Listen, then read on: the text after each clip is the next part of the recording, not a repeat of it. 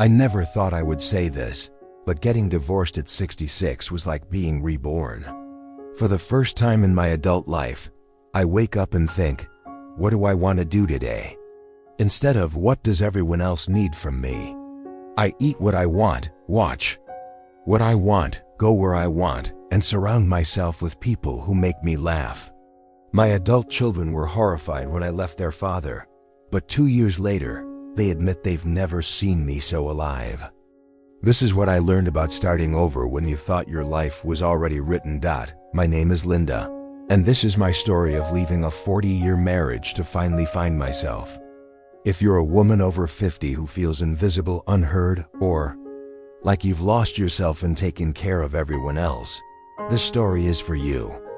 What I'm about to share isn't about encouraging divorce. It's about encouraging authentic living, regardless of what form that takes in your life. From the outside, my marriage looked like everything a woman was supposed to want.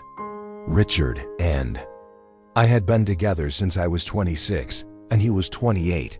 We had raised 2 successful children, bought a beautiful home, and built what everyone called a good life together. Richard was a provider, steady, reliable, hardworking. He never cheated, never drank too much, never raised his hand to me. By conventional standards, he was a good husband. Our friends often commented on how lucky I was to have such a stable marriage in a world where so many relationships failed. Somewhere in those 40 years, I had disappeared. I realized I couldn't remember the last time Richard had asked me what I wanted to do or what I thought about something important. More troubling, I couldn't remember the last time I had volunteered my own opinion without being asked. I had become so accustomed to deferring to his preferences, adapting to his schedule, and supporting his goals that I had forgotten I was supposed to have my own. Our conversations had become purely functional. Schedules, household management, updates about the children. When we watched television, Richard chose what we watched. When we went out to eat, he picked the restaurant. When we took vacations, he planned the itinerary. I had become a supporting character in my own life.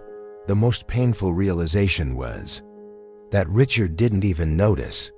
He wasn't trying to control me or diminish me. I had made myself so accommodating for so long that my invisibility had become normal for both of us. The wake-up call came on my 65th birthday. Richard had planned a surprise party, which was thoughtful in theory. But as I stood in my own living room, surrounded by his colleagues and their wives, listening to stories about what a wonderful support system I had been for his career, I felt like I was attending someone else's celebration. Not one person mentioned anything I had accomplished or created or cared about. They talked about my cooking, my hosting skills, and how well I had managed the household while Richard built his business. I was being celebrated for how successfully I had erased myself. That night, after everyone left, I sat in my bedroom and tried to answer a simple question. What do I actually enjoy? I couldn't answer it. I didn't know what music I liked because we always listened to Richard's preferences. I didn't know what kind of movies I enjoyed because we always watched what he wanted to see. I didn't even know what I wanted to do in retirement because we had only discussed his retirement plans. I had spent 40 years being the good wife, and I had done such a thorough job that there was nothing left of the person I had been before marriage. The divorce decision didn't happen overnight. It took months of soul-searching, therapy, and honest conversations with myself about what I wanted the rest of my life to look like. Started by doing small things for myself, taking a painting class Richard had no interest in, reading books he found boring, listening to music that made me happy. With each small act of independence, I felt like I was meeting someone I had lost touch with decades earlier. The woman who emerged was someone I actually liked. She had opinions, preferences, dreams, and a sense of humor that had been suppressed for years. She wanted to travel to places Richard found too adventurous. She enjoyed deep conversations about books and ideas. She loved dancing, something we hadn't done in decades because Richard didn't enjoy it. Most importantly, she deserved to exist fully, Not just as an extension of someone else. The conversation with Richard was one of the most difficult of my life. I tried to explain that I needed space to rediscover who I was, that I felt like I had lost myself in our marriage. His response was telling, "But you've always been happy being my wife. What more do you need?" That question crystallized everything. For me, Richard genuinely couldn't understand that being his wife wasn't a complete identity. It was just one role I played. He had never seen me as a full person with my own inner life, dreams, and needs. And honestly, I had trained him not to see me that way by making myself so small and accommodating. My adult children's reactions were exactly what I expected: shock, disappointment, and anger. My daughter Sarah, 38, cried and asked how I could throw away 40 years of marriage. My son Michael, 35, was furious and accused me of having a midlife crisis. "Dad's a good man," Sarah said through tears. "He loves you. How can you just walk away from everything you've built together?" "Mom, you're 66 years old," Michael added. "This is when you're supposed to be enjoying the fruits of your labor, not starting over." Their reactions, while painful, helped me understand how completely I had hidden my unhappiness.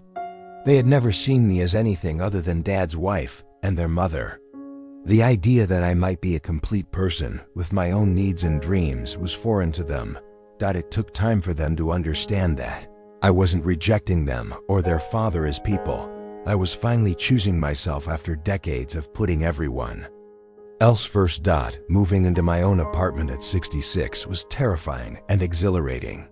I had never lived alone in my entire adult life.